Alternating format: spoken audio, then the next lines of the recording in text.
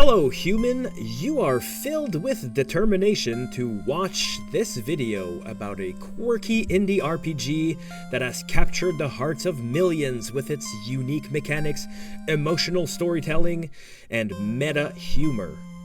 But how can a game made by a small team led by Toby Fox become one of the most iconic indie games of all time? Because I, Papyrus, see great potential within this game. Every game can be a great game if they try, and Undertale, it hardly has to try at all. Sorry, I'm not sure what came over me there. Now, before we get started, don't forget to like, subscribe, and leave a comment with your favorite Undertale moment. Or tell me how many of you did the pacifist run first. How did Undertale, a game created by one developer with little prior experience, manage to turn the RPG genre on its head? Well, Undertale doesn't change the rules, it plays with the rules. From combat mechanics to the narrative choices you make, Undertale turns familiar elements upside down, forcing you to rethink what it means to play a video game. So let's talk game design. What makes Undertale unique isn't just its charming retro art style or the witty dialogue, it's the mechanics, especially the combat system and choices it gives you. Most RPGs encourage players to grind, fight, and level up, but here's where Undertale really stands out. You don't have to fight anyone. You can literally spare every enemy, turning combat into a negotiation instead of a brawl. In traditional role-playing games, combat is usually about strategy, managing health, and outsmarting your opponent in battle. However, as much as players love these mechanics, they can feel repetitive. Grinding through the same fight, hitting the same attacks. Toby Fox knew that players were craving something new.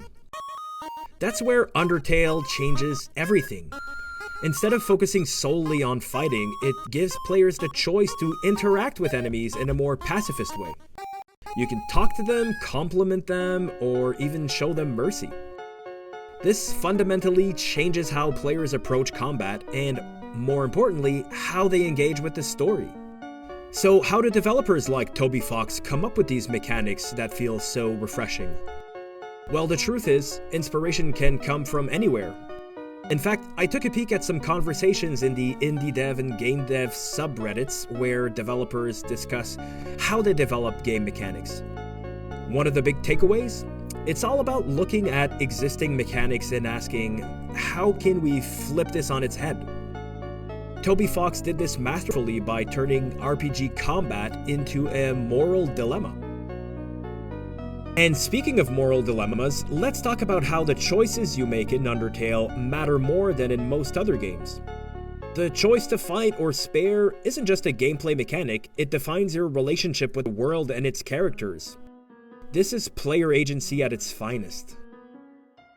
When it comes to exploration in Undertale, at first glance, it seems to follow a classic RPG formula. You walk through a 2D overworld, talk to characters, and interact with the environment. But here's where Undertale diverges from the norm. The world of Undertale is packed with surprises, from its characters to its hidden details. Every NPC you meet has a personality. That's right. Whether it's Sans with his dry, sarcastic humor, or Papyrus with his earnest naivety.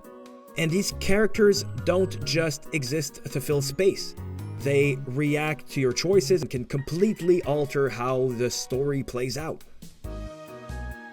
The exploration in Undertale feels intimate, almost like you're peeling back layers of a living, breathing world. Each time you visit a location, whether it's the ruins, Snowdin, or Hotland, you'll notice new details or dialogue depending on your previous actions. For example, NPCs remember if you've spared enemies or have been more aggressive, creating a sense of continuity that builds a deeper connection between the player and the world. There's an emotional weight to the exploration that you don't often find in RPGs. This is crucial to Undertale's design because the world isn't just there for the sake of it, it's responsive and it's full of surprises. But here's the catch. Undertale also rewards players for being curious. There are tons of secrets hidden throughout the game, and some of these are only discovered through exploration. Hidden boss fights, secret dialogues, alternate endings, they're all tucked away in the game's corners. This encourages players to pay attention, poke around, and truly engage with their environment. One criticism, though, is that the game's structure can sometimes feel too linear despite the sense of freedom. You're encouraged to explore, but most areas eventually funnel you into the same story beats, which can make exploration feel more like a guided tour than a true open experience. Still, the way Undertale mixes storytelling with exploration makes every encounter meaningful. The world isn't massive, but it's dense, with detail and characters, and that's a testament on how thoughtful the game design is. Next, let's talk about leveling, or rather Undertale's lack of a traditional leveling system. Now, I'll warn you that there might be some light spoilers, so if you haven't played this game yet, you might want to skip ahead to the next section. So in most RPGs, the goal is to grind for XP, gain levels, grow stronger, but Undertale offers a subversive twist on this. If you choose the pacifist route, where you don't kill enemies, you earn 0 XP. No leveling up, no gaining strength. At first glance, it seems like a huge disadvantage in an RPG, right? But this design choice fundamentally shifts the focus away from brute force and encourages the player to seek non-violent solutions. This mechanic is both clever and challenging. By removing XP from the equation, Undertale forces you to engage with enemies in more creative ways. Every battle becomes a puzzle where you must figure out how to interact with an enemy rather than overpower it. This design also puts more emphasis on the choices you make. If you opt out of the genocide route, however, things change dramatically.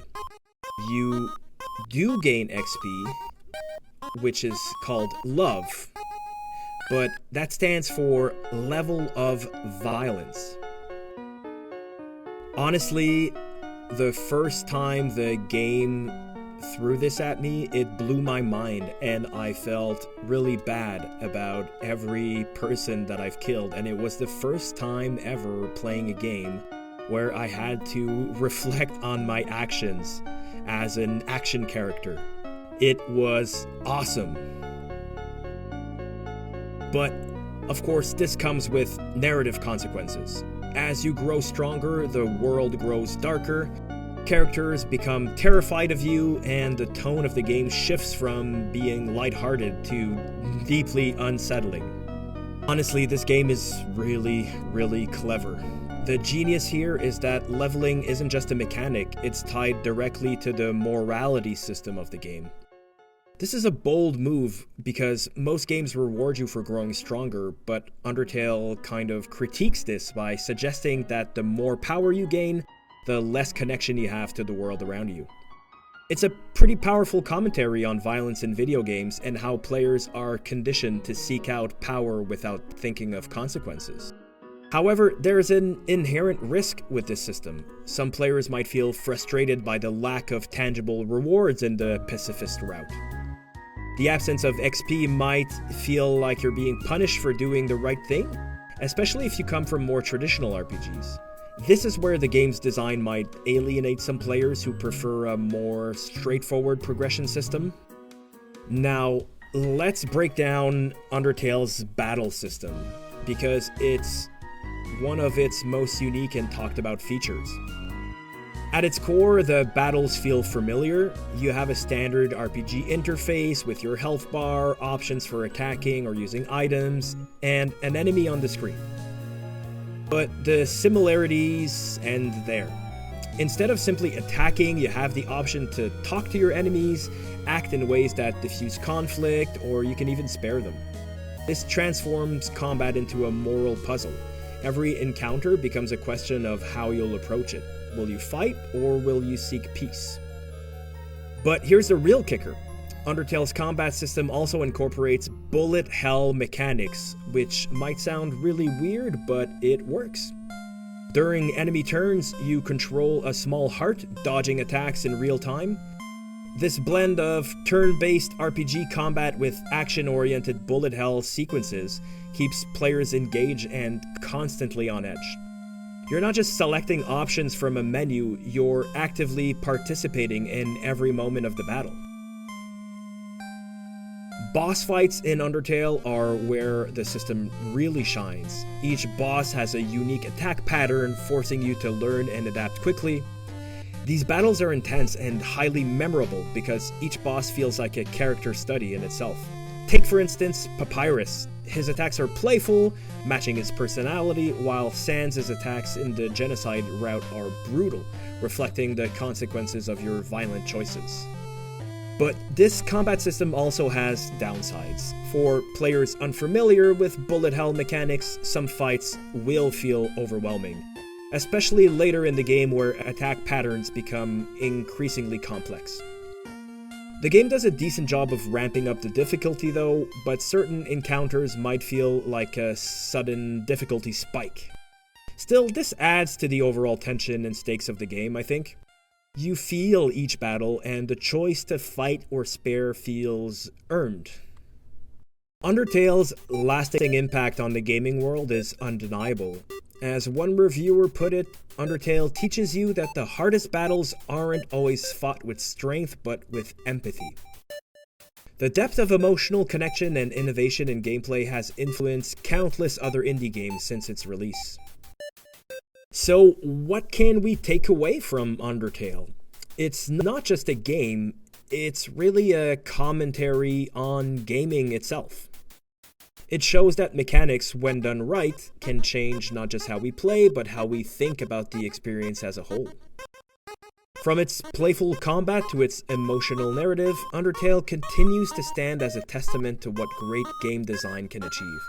And that's why it's earned its place in our Great Game Design series. If you enjoyed this deep dive into Undertale, make sure to hit that like button, subscribe, and drop a comment about your favorite Undertale moment. And if you haven't already, check out the rest of the Great Game Design series to see more breakdowns of your favorite games. And why did you kill my brother?